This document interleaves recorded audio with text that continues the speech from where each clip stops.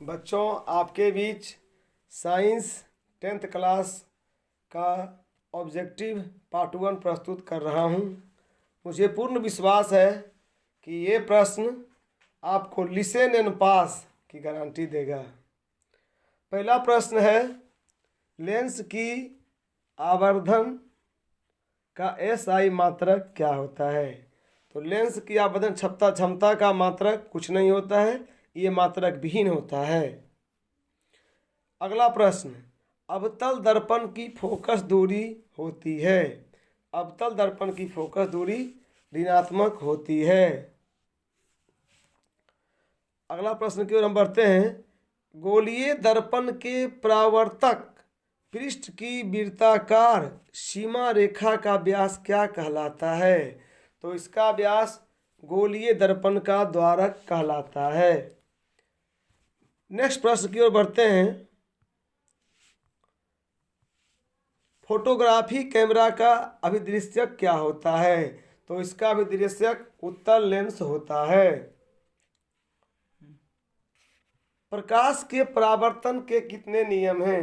तो प्रकाश के परावर्तन के 2 नियम हैं, अपवर्तन के भी 2 नियम हैं। दोनों अगर परीक्षा में आपको पूछ देगा अपवर्तन का नियम या परावर्तन का नियम, तो दोनों में ही आप 2 ही डालेंगे, दोनों का उत्तर 2 ही होगा। अवतल लेंस का आवर्धन m बराबर क्या होता है? तो इसका m बराबर होता है V/U। V/U। दाढ़ी बनाने में कौन सा दर्पण उपयुक्त है? तो दाढ़ी बनाने में हम अवतल दर्पण का प्रयोग करते हैं।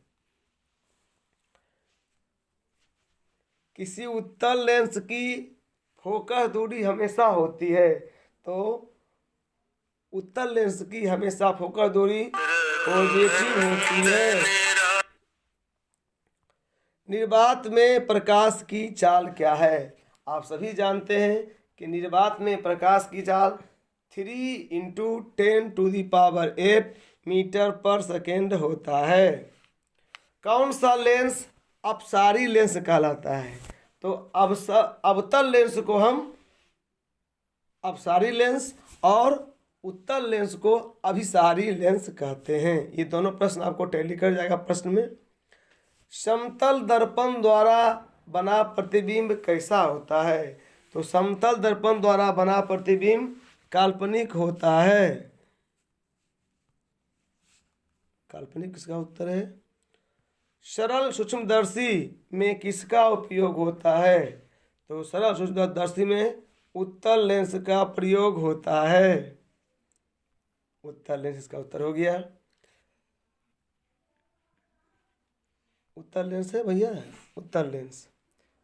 तरंग दैर्घ्य को सामान्यतः व्यक्त किया जाता है, तो इसको एंगस्ट्रम में व्यक्त किया जाता है। किसी अंतरिक्ष यात्री को आकाश कैसा दिखाई पड़ता है? या अंतरिक्ष यात्री को, या आप चंद्रमा पर से भी आकाश को देखेंगे तो आपको आकाश का रंग काला ही दिखाई देगा। स्पेक्ट्रम प्राप्त करने के लिए किसका उपयोग होता है? VVI क्वेश्चन है। स्पेक्ट्रम प्राप्त करने के लिए हम प्रिज्म का उपयोग करते हैं। प्रिज्म में 7 रंग, श्वेत प्रकाश 7 रंगों में बढ़ जाता है, जिसमें बैंगनी रंग का विचलन सबसे ज़्यादा और लाल रंग का विचलन सबसे कम होता है। 3 प्रश्न का उत्तर इसी में आ गया। चलिए बच्चों आगे बढ़िए। टिंडल प्रभाव प्रकाश की कौन सी परिघटना को प्रदर्शित करता है? तो ये प्रकाश के प्रकीर्णन। Question number answer number D हो जाएगा। अगला प्रश्न देखिए। मानव नेत्र जिस भाग पर किसी वस्तु का प्रतिबिंब बनाते हैं वह क्या कहलाता है? तो उसे बच्चों दृष्टि पटल कहते हैं, जिसको अंग्रेजी में रेटिना भी कहते हैं। श्वेत प्रकाश वर्ण क्रम में किस रंग किरण का विचलन अधिक होता है? मैं पहले ही बोल दिया हूँ, विचलन बैंगनी रंग का सबसे ज़्यादा होता है। अगला प्रश्न है, तारे क्यों टिमटिमाते हैं? तो तारे वायुमंडलीय अपवर्तन, तारों का प्रकाश विभिन्न माध्यमों से होकर धरती पर पहुंचता है, तो माध्यम में प्रकाश का वेग, प्रकाश का स्पीड अनेक प्रकार से होने के कारण तारों का टिमटिमाना हमें दिखाई पड़ता है। तारे टिमटिमाते नहीं हैं, प्रकाश के वेग के कारण ही हमें टिमटिमाते हुए प्रतीत होते हैं। वायुमंडल, अगला प्रश्न क्या है? वायुमंडल में प्रकाश का कौन सा रंग अधिक प्रकीर्णन करता है? नीला। नीला है जी, नीला रंग ही अधिक प्रकीर्णन करता है, इसीलिए आकाश का रंग नीला दिखाई पड़ता है। आवर्धन का मात्रक क्या होता है? तो आवर्धन का मात्रक कुछ नहीं होता है। अगर हम मीटर में लेते हैं ऊपर भी दूरी और नीचे लेते हैं भी प्रतिबिंब का, ऊपर नीचे मीटर में दोनों कट जाता है, तो आवर्धन का मात्रक कुछ नहीं होता है। ये आवर्धन में ये मात्रक विहीन है, इसका उत्तर डी कोई नहीं होगा। अगला प्रश्न है, समान नेत्र क्षेत्र लिखा गया है, समान नेत्र के लिए दूर बिंदु है। समान नेत्र के लिए देखने की क्या दूरी है? तो ये 25 सेंटीमीटर है, लेकिन हम आँख से अनंत की तक की वस्तुओं को दूर बिंदु जब पूछेगा तो आप अनंत लिखिएगा। अगर बोलेगा समान दूरी क्या है, वहाँ 25 सेंटीमीटर लिखिएगा। इसका हो जाएगा अनंत, डी। समान क्षेत्र की दूर बिंदु हो जाएगा अनंत और न्यूनतम दूरी हो जाएगी 25 सेंटीमीटर। प्रकाश के किस रंग का तरंग दैर्घ्य सबसे अधिक होता है? पहले भी हम बोल दिए हैं कि लाल रंग का तरंग दैर्घ्य सबसे अधिक होता है, क्योंकि प्रिज्म में इसका विचलन सबसे कम होता है। अगला प्रश्न है बच्चों, प्रतिरोधकता का एसआई मात्रक क्या है? तो इसका मात्रक ओम मीटर होता है। हम जानते हैं कि प्रतिरोध का मात्रक आपको ओम होता है, करंट का मात्रक धारा का मात्रक एम्पियर होता है, और वोल्टता का मात्रक वोल्ट होता है, विभवांतर का मात्रक यहाँ प्रतिरोधकता है और इसका मात्रक ओम मीटर होगा। भारत में उत्पादित विद्युत धारा की आवृत्ति क्या है? तो इसकी आवृत्ति है 50 हर्ट्ज। भारत में जो विद्युत धारा की आवृत्ति है, प्रवाहित धारा की आवृत्ति है, वो है 50 हर्ट्ज। आवृत्ति का मात्रक हर्ट्ज होता है। ये आपको अगर पूछ देगा एक नंबर प्रश्न में कि आवृत्ति का मात्रक क्या होता है, तो आँख मूंद कर हर्ट्ज मार देना है। जब किसी चालक तार से विद्युत धारा प्रवाहित होती है तो कौन सा कण गतिशील होता है? तो इलेक्ट्रॉन का कण ही गतिशील होता है। हम इलेक्ट्रॉन के प्रवाह को धारा भी कहते हैं। इससे स्पष्ट होता है कि जब किसी चालक में धारा प्रवाहित की जाती है तो गतिशील कण इलेक्ट्रॉन ही होता है। वोल्ट भी बराबर होता है जूल पर कूलम। विद्युत हीटर, बी आंसर जूल पर कूलम। विद्युत हीटर में तार की कुंडली बनी होती है, तो ये नाइक्रोम की बनी होती है, बार बार पूछा जाता है, इसको याद कर लीजिएगा। 1 किलोवाट घंटा किसके बराबर होता है? 3.6 इंटू 10⁻⁶ जूल के बराबर होता है। VVI क्वेश्चन है, बार बार पूछता है बच्चों। विद्युत का सबसे अच्छा चालक कौन है? तो हम चांदी को बोलते हैं। चांदी की प्रतिरोधकता जो है सबसे कम होती है, इसीलिए इसकी चालकता सबसे ज़्यादा होती है। विभवांतर का एसआई मात्रक क्या है? विभवांतर का एसआई मात्रक वोल्ट होता है। ओम का नियम क्या है? ओम का नियम है अस्थिर ताप पर किसी चालक में प्रवाहित धारा वोल्ट के विभवांतर के समानुपाती होता है, यानी V बराबर IR, जहाँ R एक नियतांक है जिसको हम रेजिस्टेंस या प्रतिरोध कहते हैं, जिसका मात्रक ओम होता है। इसका आंसर ए हो जाएगा, V बराबर IR। विद्युत बल्ब का तंतु किसका बना होता है? तो ये टंगस्टन का बना होता है। ये भी VVI क्वेश्चन है, बार बार पूछता है, ध्यान रखिएगा इस पर। 1 कूलम्ब विद्युत आवेश कितने प्रोटॉनों से बनता है? इसका उत्तर ए है 1.6 इंटू 10⁻⁻⁹।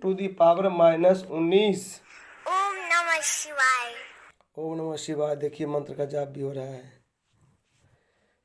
विद्युत फ्यूज विद्युत धारा के किस प्रभाव पर कार्य करता है? तो विद्युत फ्यूज इसलिए लगाया जाता है कि यदि घर में वोल्टेज की मात्रा अधिक हो गई या किसी भी उपकरण में, तो अधिक उष्मा पैदा हो जाती है और फ्यूज जल जाता है, जिससे हमारे उपकरण बच जाते हैं। तो ये ऊष्मीय सिद्धांत पर कार्य करता है।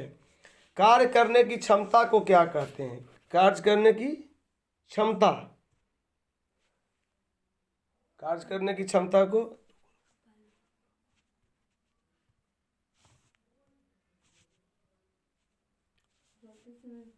कार्य करने की क्षमता को ऊर्जा कहते हैं और कार्य करने की दर को शक्ति कहते हैं।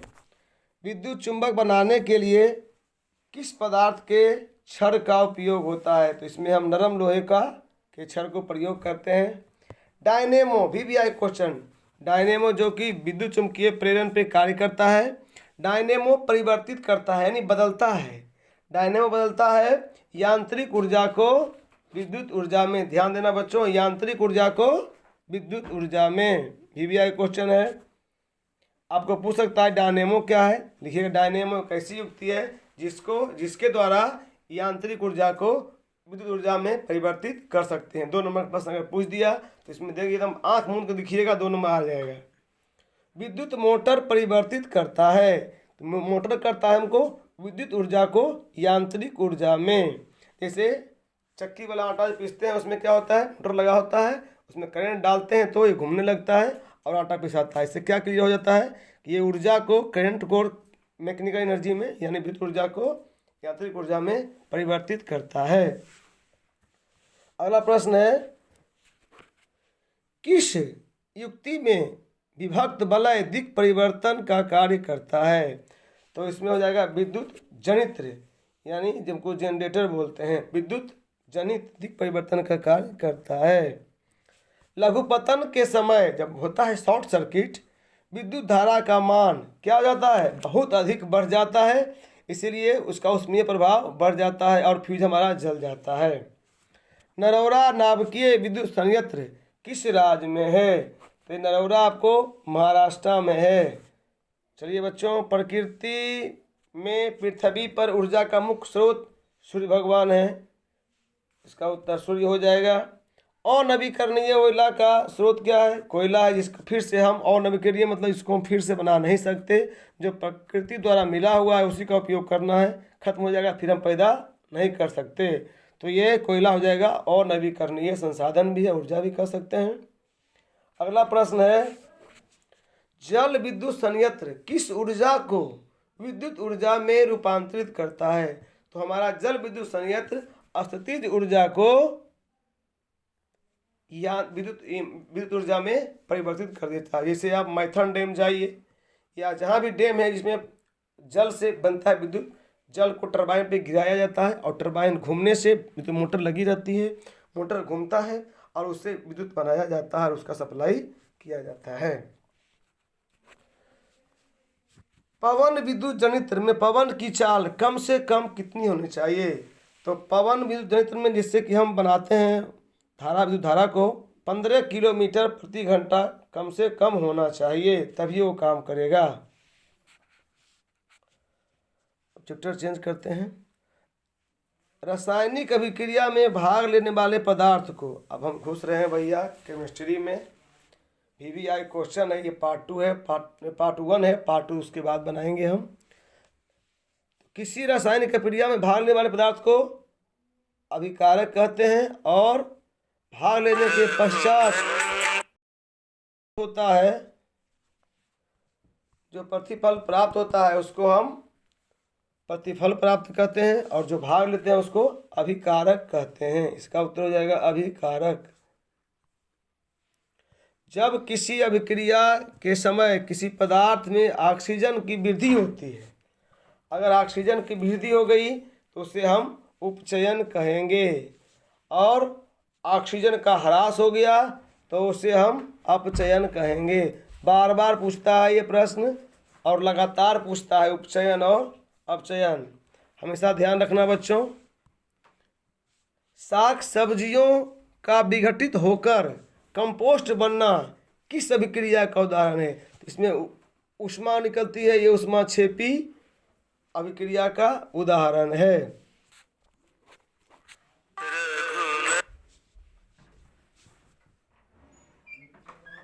अभिक्रिया CuO plus H2 equal to CuO plus H2O किस प्रकार की अभिक्रिया है? तो ये विस्थापन अभिक्रिया है। इसमें Cu2 को CuO से विस्थापित कर दिया गया और दूसरा प्रतिफल H2 बनता है, तो इसे हम विस्थापन अभिक्रिया कहते हैं। आपको 2 नंबर का प्रश्न पूछ सकते हैं, विस्थापन अभिक्रिया किसे कहते हैं? तो आप लिख दीजिएगा, इसमें किसी धातु को विस्थापित कर दिया जाता है उसे हम विस्थापित अभिक्रिया कहते हैं। और आप ये उदाहरण दे दीजिएगा तो आपको 2 नंबर आराम से मिल जाएंगे। खाना बनाने में प्रयुक्त द्रवीभूत पेट्रोलियम गैस LPG का मुख्य अवयव क्या है? LPG का मुख्य अवयव ब्यूटेन है। अम्लीय ऑक्साइड के pH मान क्या होगा? इसका pH मान 7 से कम, 7 होता है जल का, जल उदासीन होता है, 7 से अधिक होता है क्षार का। याद रखिएगा, 1 नंबर क्वेश्चन निश्चय पूछेगा इससे।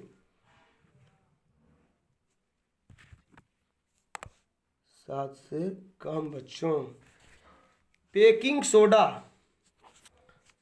सोडा का रासायनिक सूत्र क्या है? तो इसका NaHCO3 याद रखिएगा बच्चों। बैटरी अम्ल, जो अम्ल हम बैटरी में डालते हैं उस अम्ल का नाम क्या है? तो बैटरी में डालते हैं हम सांद्र H2SO4।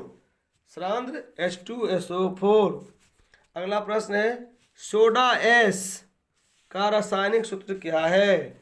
इसका रासायनिक सूत्र है Na2CO3। बी नंबर आंसर हो जाएगा। कली चूना का रासायनिक सूत्र क्या है? CaO। सिल्वर क्लोराइड AgCl, आपको पूछ सकता है सिल्वर क्लोराइड का सूत्र क्या होता है? तो AgCl लिखिएगा। इसका रंग क्या है? इसका कलर क्या है? इसका कलर होता है श्वेत यानी उजला। ए नंबर सही है बच्चों। अधातु के ऑक्साइड क्या होते हैं? अधातु के ऑक्साइड अम्लीय होते हैं। क्या होते हैं? अम्लीय होते हैं। बार बार पूछता है, इसको ध्यान में रखना है। अधातु के ऑक्साइड अम्लीय होते हैं। चींटी के डंक में कौन सा अम्ल पाया जाता है? तो पाया जाता है फार्मिक अम्ल, जिसको हम मेथेनोइक अम्ल भी कहते हैं। आप फार्मिक अम्ल रहेगा तो आपका उत्तर भी सही हो जाएगा, मेथेनोइक अम्ल भी है तो आपका आंसर भी सही है। एल्यूमिनियम नहीं, अगला क्वेश्चन है ना, धोबिया सोडा का रासायनिक सूत्र क्या है? Na2CO3 × 10H2O। जिस सोडा से हम धोते हैं कपड़े को उसका Na2CO3 × 10H2O। एल्यूमिनियम पर मोटी ऑक्साइड की परत चढ़ाने की प्रक्रिया क्या कहलाती है? इसको हम एनोडीकरण कहते हैं। आपको 2 नंबर का प्रश्न पूछ सकता है, एनोडीकरण क्या है? तब लिखिएगा, एल्यूमिनियम पर मोटी ऑक्साइड की परत चढ़ाने की प्रक्रिया को एनोडीकरण कहते हैं। 2 नंबर क्वेश्चन ये हो गया। अगर आप 1 नंबर का क्वेश्चन पूरा क्लियर करते हैं तो आपका बहुत सारे 2 नंबर का प्रश्न अपने आप क्लियर हो जाएंगे। अगला प्रश्न है, जब CO2 गैस को पानी में घोला जाता है तो विलयन का pH मान क्या होता है? तो उसका विलयन का pH मान 7 से कम हो जाता है, यानी विलयन जो हमारा अम्लीय हो जाता है। CO2 को पानी डालने से विलयन अम्लीय हो जाता है, 7 से कम हो जाता है, 7 से कम हो जाता है। अगला प्रश्न है, VVI क्वेश्चन है, एक्वा रेजिया रॉयल जल किस अनुपात में सांद्र हाइड्रोक्लोरिक अम्ल एवं सांद्र नाइट्रिक अम्ल का मिश्रण होता है? तो इसका है 1:3। 1:3 आंसर नंबर बी सही है, 1:3। कोई विलयन नीले लिटमस पत्र को लाल कर देता है तो pH का मान क्या हो जाएगा? तो इसका मान हो जाएगा 6। 6 मतलब ये जो विलयन है आपको अम्लीय है। अगर लाल हो गया तो अम्लीय, और अगर नीला हो गया तो क्या हो जाएगा? क्षारीय हो जाएगा। ये ध्यान रखिएगा, अगर लाल हो गया तो अम्लीय, नीला हो गया तो क्षारीय। अगला प्रश्न है, फेरस सल्फेट क्रिस्टल का रंग कैसा होता है? फेरस सल्फेट क्रिस्टल का रंग हरा होता है। Answer number B is right answer. कौन सा अधातु कमरे के ताप पर द्रव होता है? तो ये ब्रोमीन हो जाता है। अगर आपको अधातु पूछ रहा है तो ब्रोमीन, अगर धातु पूछेगा तो आपका पारा लिखना होगा। यहाँ अधातु है इसलिए इसका आंसर ब्रोमीन होगा। सावधानी से आंसर दीजिएगा, थरफरी में जल्दीबाजी में आपको आंसर नहीं देना है परीक्षा में, तो गलती मार के चले आइएगा। धातु जो अम्लराज में घुलता है वो धातु को हम एयू कहते हैं, यानी सोना कहते हैं। सोना है जो कि आपका आंसर नंबर सी है। धातु के अम्लराज में घुलता है। आभूषण बनाने वाला सोना क्या होता है? तो 24 कैरेट से कम, उसमें तांबा या और अन्य धातु मिला के उसे कैरेट को कम किया जाता है, नहीं तो उसका अधातु आभूषण बनेगा नहीं, टूट जाएगा, खरा होता है। तो शुद्ध सोना होता है 24 कैरेट का। पूछ सकता है आपको शुद्ध सोने का मान कितना होता है? 24 कैरेट का। और आभूषण बनाने वाले का 22 कैरेट का दीजिए, 20 कैरेट का दीजिए, मतलब 24 कैरेट से कम होना चाहिए। जस्ता का अयस्क क्या होता है? जस्ता का अयस्क जिंक ब्लेंड होता है। क्या होता है? Zinc blende. और बॉक्साइट किसका है? तो ये एल्यूमिनियम का है। अगला देखिए, सोडियम की संयोजकता क्या है? 1, 2, 8।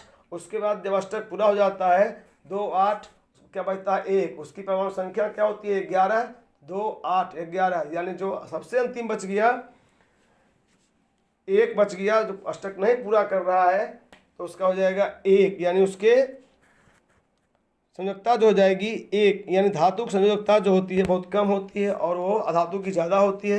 तो प्रतिक्रिया करती है, अधातु धातु इलेक्ट्रॉन को लेता है, संयोजकता को लेता है, और धातु क्या करता है? त्याग करता है उसका, इसीलिए इसकी संयोजकता कम होती है। पारे का अयस्क है, पारे का अयस्क है सिनेबार। पारे का अयस्क सिनेबार है। Answer number D is right. Kerosene में डुबाकर किस धातु को रखा जाता है? बहुत बार पूछता है। तो हम सोडियम को किरोसिन में डुबाकर रखते हैं, क्योंकि हवा की नमी के साथ, जल के साथ भी ये प्रतिक्रिया करके जलने लगता है, इसलिए सोडियम को किरोसिन में डुबाकर रखा जाता है। हेमेटाइट किस धातु का अयस्क है? तो हेमेटाइट आपको लोहा का अयस्क है, जिसका सूत्र होता है Fe। मैग्नेटाइट भी इसी का होता है। तो हमारा आंसर हो जाएगा लोहा, Fe। धातुएं के ऑक्साइड, मतलब धातु के पढ़ा चुके हम लिए, ये धातु है। धातुएं के ऑक्साइड क्या होते हैं? तो भास्मिक होते हैं। एकदम भी क्वेश्चन याद रखिएगा। CHO अभिक्रियाशील समूह को क्या कहते हैं? तो इसको हम एल्डिहाइड कहते हैं। CHO aldehyde. Answer number A सही है। संतृप्त हाइड्रोकार्बन जो कि एल्केन की श्रेणी में आते हैं, इस सदस्य को क्या कहा जाता है? तो आपको कहा जाता है, इसको कहा जाता है एल्केन। इसका सही उत्तर हो जाएगा। अब है 2 नंबर का प्रश्न पूछता है बार बार, हाइड्रोकार्बन क्या है? जो हाइड्रोजन और कार्बन से मिलकर बनता है वो हाइड्रोकार्बन है। 2 नंबर क्वेश्चन एकदम हमेशा पूछता है, इसको ध्यान में रखना है। एथाइन में कार्बन परमाणुओं के बीच कितने सहसंयोजक बंधन होते हैं? तो एथाइन में 3 सहसंयोजक बंधन होते हैं। डालडा में उपस्थित वसा अम्ल किस प्रकृति का होता है? तो बच्चों, डालडा में उपस्थित वसा अम्ल संतृप्त प्रकृति का होता है। आंसर नंबर सी सही है। कार्बन क्या है? कार्बन एक अधातु है।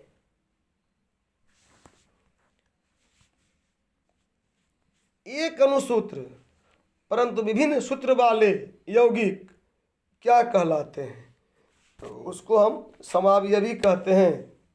बार बार पूछता है समावयवता क्या है, 2 नंबर का पूछ सकता है। सिरका में कौन सा अम्ल पाया जाता है? अच्छा, तो बहुत बार पूछता है नींबू में क्या है, टमाटर में क्या है। आपको अभी हम बता रहे हैं कि सिरका में कौन सा अम्ल पाया जाता है। तो इसमें एसिटिक अम्ल पाया जाता है। टमाटर में क्या पाया जाता है? ऑक्जेलिक अम्ल। क्या पाया जाता है बच्चों? ऑक्जेलिक अम्ल। ग्लूकोज का रासायनिक सूत्र क्या होता है? ग्लूकोज का रासायनिक सूत्र होता है C6 H12O6, answer number B सही है। इसके अलावा आपका टास्क में रह गया जिप्सम का रसायन सूत्र क्या है, प्लास्टर ऑफ पेरिस का रसायन सूत्र क्या है और चीनी का रासायनिक सूत्र क्या है। आप कमेंट करके जवाब जरूर दीजिएगा। कार्बोक्सिलिक एसिड समूह कौन है? कार्बोक्सिलिक एसिड समूह COOH, आंसर नंबर बी सही आंसर है। अल्कोहल का क्रियात्मक समूह क्या है? OH, अल्कोहल का OH। ऑक्सीजन के दो परमाणुओं के बीच कितने आबंध होते हैं? तो ऑक्सीजन के दो परमाणुओं के बीच दो आबंध होते हैं, दो आबंध होते हैं। फ्लोरीन किसका अपरूप है? फ्लोरीन किसका अपरूप है? कार्बन का। हीरा भी किसका है? कार्बन का। ग्रेफाइट भी किसका है? तो कार्बन का। आप फ्लोरीन का याद रखिएगा, पूछ सकता है। कार्बन हाइड्रोजन से संयोग कर क्या बनता है? आ गया क्वेश्चन। कार्बन हाइड्रोजन से संयोग कर हाइड्रोकार्बन बनाता है।